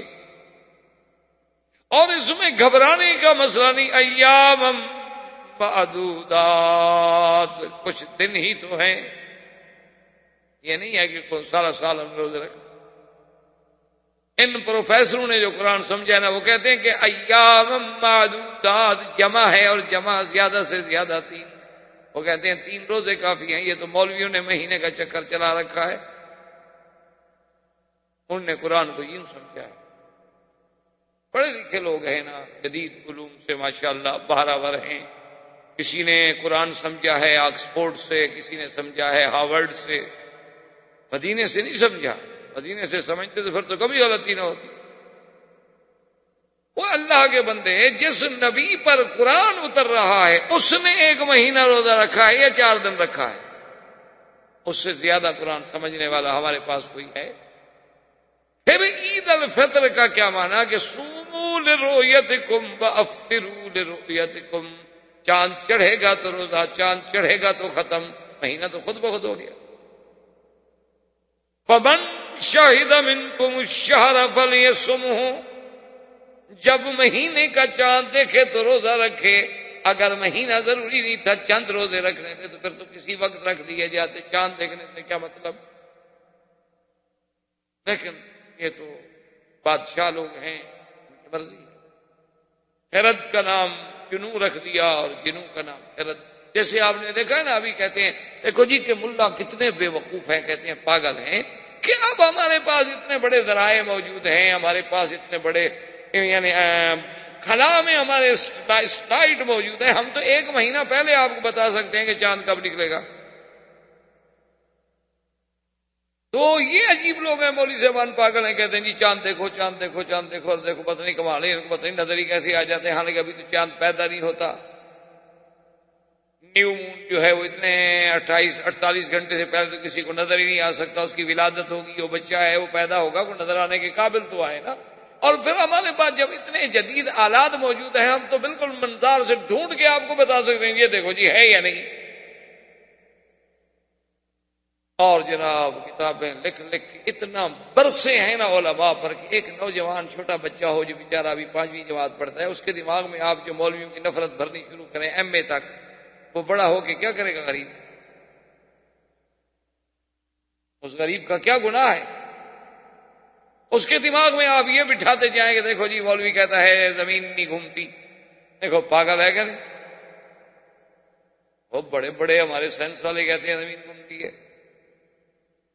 اور دیکھو جی یہ مولوی کہتا ہے کہ بھئی چاند دیکھو، آنکھوں سے دیکھو، آنکھوں سے دیکھو، ڈھونڈو، پہاڑوں پہ چڑھو اور جاؤ اور تلاش کرو اور گواہ لاؤ۔ تو کیسا بے وقوف ہے؟ جب مشینیں موجود ہیں تو ڈھونڈنے کی کیا ضرورت ہے، گواہ لانے کی کیا ضرورت ہے؟ خام خواہ کسی کو پہاڑ پہ چڑھاؤ، پاؤں پھسلے مر جائے بیچارہ۔ نے کہا دیکھو پاگل ہے مولوی کے نہیں۔ اور دیکھو نے کہا کمال ہے، جب انگریز کی کرسمس تو ایک دن میں ہو اور مسلمانوں کی عیدیں دو دو ہوں۔ دیکھا کیسے پاگل لوگ ہیں مسلمان۔ یہ سب ان مولویوں نے ان کو خراب کیا۔ یہ مولوی ہے نا، ان کا دماغ ہی خراب۔ یہ لوگوں کو پھر پیچھے لے جانا چاہتے ہیں، ہم ان کو آگے لے جانا چاہتے ہیں، ہم ترقی پہ لے جانا چاہتے ہیں، ہم ان کو فلک پہ پہنچانا چاہتے ہیں، اور یہ ہمیں کھینچ کھینچ کے پھر اسی مدینے پاک پہ لے جانا چاہتے ہیں جہاں مدرسہ نہیں تھا، جہاں یونیورسٹی نہیں تھی، کوئی تعلیمی ذرائع نہیں تھے، کوئی مواصلات نہیں تھی، کوئی جدید علوم کے حصول کے وسائل نہیں تھے۔ یہ پھر ہمیں اسی نبی امی کے دروازے پہ کھڑا کرنا چاہتے ہیں، اور خاص ساتھ خود بھی کہتے ہیں مولوی پاگل ہیں، کہتے ہیں ہمارے نبی پڑھے ہوئے بھی نہیں۔ دیکھو کتنے بے وقوف ہیں مولوی۔ حالانکہ اللہ کے بندے، اگر اللہ عقل دیتا نا تو قرآن کہتے فمن شہد منکم الشہر، شہود ہلال اور وجود ہلال میں فرق ہے، یاد رکھو۔ ان بیچاروں کو سمجھ ہی نہیں آتی نا کہ وجود ہلال کیا ہے اور شہود ہلال۔ شہود مانا چاند کا نظر آنا، وجود ہلال کا مانا کہ چاند جہاں ہو ہم اس کو ڈھونڈیں۔ ہم کوئی چاند کے پجاری ہیں کہ اس کو ڈھونڈیں، دوربین لے کر جائیں، مشینیں لگا کے ڈھونڈیں؟ ہمیں تو اللہ نے ایک علامت بتا دی کہ نظر آ جائے روزہ رکھ لو، نہ نظر آ جائے 30 دن پورے کر لو، کیونکہ تم کوئی چاند سورج کے پجاری تو نہیں ہو۔ یہ تو میں نے تمہارے لیے ایک اندازہ رکھا ہے، شہود ہلال ہے، وجود ہلال کے تو تم ضروری نہیں ہے، اس لیے ہم مشینوں سے فیصلہ کرائیں کہ وجود ہے کہ نہیں ہے، نہ ہو دفعہ ہو، نہیں نظر آیا ہم اس کے کو پابند ہیں۔ اس لیے حضور نے فرمایا فَإِن غُمَّ عَلَيْكُمْ فَأَكْمِلُوا 30۔ اگر چاند بادلوں میں آ گیا، چھپ گیا، تمہیں نظر نہیں آیا، یعنی موجود تو ہے لیکن نظر نہیں آیا تمہیں، ورنہ چاند تو کسی نہ کسی جگہ ہوگا، تو تم 30 دن اپنے پورے کر لو۔ یہ تو يَسْأَلُونَكَ عَنِ الْأَهِلَّةِ قُلْ هِيَ مَوَاقِيتُ لِلنَّاسِ، کہ ہم نے یہ چاند کا جو نظام ہے لوگوں کے اوقات کے لیے، لوگوں کے چھٹی کے لیے، زکوٰۃ کے لیے، نصاب کے لیے، نکاح کے لیے، عدت کے لیے ایک وقت کا ہم نے ذریعہ بنا دیا ہے، بس اس کے علاوہ تو کچھ نہیں۔ ہم کوئی چاند سورج کے پجاری تھوڑے ہیں کہ ہم جناب پہلے اسٹیشن پہ بیٹھ کے چاند ڈھونڈنے جائیں، ہیلی کاپٹر پہ چڑھ کے ماشاءاللہ مولویات تو پکڑنے جاتے ہیں چاند کو، اب تو رویت ہلال کمیٹیاں بنتی ہیں ماشاءاللہ۔ اور جناب یہ ہے کہ یہ ان کی عید مختلف ہو جاتی ہے، بھی چاند نظر آ گیا ٹھیک ہے، نہیں نظر آ گیا ٹھیک ہے، تمہیں خدا 10 خوشیاں نصیب کرے، ہمیں کروڑوں نصیب کرے، تمہیں کیا تکلیف ہے؟ تو اللہ نے بتا دیا کہ میں میرے کسی دین کے پابند، تمہارے لیے آسانی ہے، نظر آئے عید کر لو، نہیں نظر آئے نہ صحیح دوسرے دن کر لینا، وعلیکم السلام۔ یہ تھوڑا ہے کہ تم کو عید کے دن کا پابند کر دیا جائے کہ بس اسی دن عید آئے گی، آگے پیچھے ہو ہی نہیں سکتی۔ اور حتیٰ کہ اسلام نے اتنا بڑا عظمت کا ثبوت دیا ہے کہ اگر مثلا مسلمانوں کو چاند دیکھنے میں غلطی ہوئی اور 9 تاریخ کو 8 تھی اور یہ ہمیں عرفات میں لے گئے بھول کر، اللہ فرماتا ہے کہ الضحیٰ یوم اضحی المسلمون والفطر یوم فطر المسلمون، جس دن مسلمانوں نے عید منا لی وہی عید ہے، بس غلطی کی تو غلطی سے، 8 بھی میری ہے 9 بھی میری ہے، انہوں نے 8 کو 9 سمجھ لیا، چلو ہم نے اسی کو 9 بنا کے آج قبول کر خلاص۔ تو جب دین میں اتنی وسعت ہو، سعہ ہو، لیکن سمجھ نہ ہو تو اب اس کا کیا علاج ہے؟ اس کا تو علاج کسی کے پاس نہیں ہوتا۔ تو رمضان کے روزے کا فرض جو ہے وہ بھی ہجرت کے بعد۔ اب اس کے بعد ایک واقعہ پیش آیا کہ حضور پاک نے ایک سریہ بھیجا۔ سریہ کہتی ہیں کہ فوج بھیجی جائے لیکن حضور سرکار دو جہاں خود نہ تشریف، اگر خود تشریف لے جائیں تو وہ غزوہ۔ 3 سرایا بھیجے گئے۔ پہلا سریہ جب بھیجا گیا تو وہ بنی مدلج والوں نے، بنی زمرہ والوں نے، قافلہ جا رہا تھا قریش کا، حضور کے فوجی پہنچے تھا کہ قافلے پہ حملہ کریں، انہوں نے کہا کہ نہیں، ہمارے علاقے میں آپ حملہ نہیں کر سکتے۔ یہ اب ہمارے حدود سے گزر رہے ہیں، ہمارے حدود سے نکل جائیں تو پھر تم جانو وہ جانے، لیکن جب تک وہ ہمارے حدود میں ہیں ہم نہیں حملہ کریں۔ تو خیر وہ نکل گئے اور مسلمان خالی واپس۔ دوسرا سریہ حضور صلی اللہ علیہ وسلم نے بھیجا تو بنی بدلج نے روک لیا، وہ بھی خالی واپس آ گیا۔ یہ سب مدینے میں ہو رہا ہے ہجرت کے بعد۔ تیسرے سریے میں حضور صلی اللہ علیہ وسلم نے صحابہ کو حکم دیا کہ جائیں، اور جانے والے کتنے ہیں؟ صرف 8 آدمی، اور ان کو حضور نے ایک خط مبارک دیا۔ اس خط کو لکھ کے آپ نے کہا کہ اس کو پڑھنا نہیں، تم جاؤ سفر کرو اور 2 دن کا سفر جب کر لو تو پھر خط پڑھنا۔ میں نے کہا جی بہت اچھا۔ وہ جب چلے گئے 2 دن کے بعد خط پڑھا تو اس میں حضور نے لکھا کہ اگر قافلہ قریش کہیں تمہیں مل جائے اور ان سے لڑائی ہو جائے تو پھر گھبرانے کی ضرورت نہیں، اللہ پہ توکل کر کے جنگ آپ کر لیں۔ تو جب انہوں نے پڑھا انہوں نے کہا ٹھیک۔ اب جناب حضور صلی اللہ علیہ وسلم کے یہ 8 صحابہ، اللہ کی شان دیکھیں کہ قافلہ جا رہا ہے جس میں 200 اونٹ ہیں، 200 اونٹوں کا قافلہ ہے، ان کے ساتھ آدمی ہیں، نگران ہیں۔ اچھا 8 آدمی میں خدا کی شان یہ ہے کہ 2 آدمیوں کو پہلے بھیجا گیا کہ ادھر ادھر دور دور دور دور پہاڑوں میں جا کے دیکھو کوئی قافلہ نظر آ جائے۔ حضور نے جو فرمایا کہ اگر قافلہ آ جائے ٹکرا جائے تو پھر جنگ کر سکتے ہو، تو وہ ڈھونڈنے گئے، وہ خود گم ہو گئے، باقی 6 بچ گئے۔ یہ تو پہاڑوں کے سفر، صحراؤں کے سفر، بندہ ایک ٹیلا ادھر ہوا بچ گیا، پھر کوئی آدمی کا عقل تو کام نہیں کرتا نا وہاں۔ اور اگر صحرا میں آپ بھٹکیں تو بڑی اچھی بات یہ ہوتی ہے کہ پھر اسی جگہ کھڑے رہیں، پر زیادہ عقل نہ دوڑائیں، ورنہ آپ جتنا تلاش کی کوشش کریں گے اتنی گم ہوتے چلے جائیں گے آپ۔ تو اب 6 آدمی بچے تو 6 آدمی نے جا کے حملہ کر دیا قافلے پہ۔ اچھا وہ قافلے والے ایسے ڈرے کہ وہ قافلے چھوڑ کے بھاگے۔ 2 آدمی انہوں نے ان کے قید کر لیے، اس کا ایک کا نام حکیم ابن کیسان تھا اور ایک کا نام عثمان ابن عبداللہ تھا۔ اس کو قید کر کے اور 200 اونٹوں پر مال لے کے جناب یہ مدینہ پہنچی۔ سب سے پہلی غنیمت تھی مسلمانوں کے لیے جو مدینے میں پہنچی، 200 اونٹوں پر مال لدا ہوا ہو، معمولی سی بات تو نہیں ہوتی نا اس زمانے میں۔ لیکن مشکل یہ ہو گئی کہ یہ جب واقعہ ہوا تو صحابہ نے سمجھا کہ 1 شعبان ہے، حالانکہ وہ 30 رجب تھی۔ یہ مغالطہ ہو گیا کہ صحابہ نے تو یہ سمجھا کہ شعبان داخل ہو گیا، اور ہاں شعبان داخل ہو گیا ہے، 1 ہو گئی ہے، حالانکہ وہ 30 رجب تھی، اور رجب من اشہر الحرم تھا کہ رجب جو ہے وہ تو ان مہینوں میں تھا جن میں لڑائی بند ہے۔ اب جناب مکے والوں کو جب خبر ملی کہ قافلہ ہمارا لوٹا گیا، 2 بندے پکڑے گئے، ان نے تو جناب پورے قبائل میں شور کر دیا کہ ان محمد صلی اللہ علیہ وسلم احل الشہر الحرم، کہ حضور پاک نے حرمت توڑ دی اور حرمت والے مہینے جو ان میں قتال آپ نے حلال کر دی، ہمارے ساتھ رجب میں لڑائی۔ اسی لیے تو ہمارا قافلہ مطمئن آ رہا تھا نا کہ رجب میں آ رہا ہے، اس لیے ہم نے تو کوئی اس کا حفاظتی انتظامات بھی نہیں کیے کہ رجب میں تو کوئی لڑائی ہوتی نہیں۔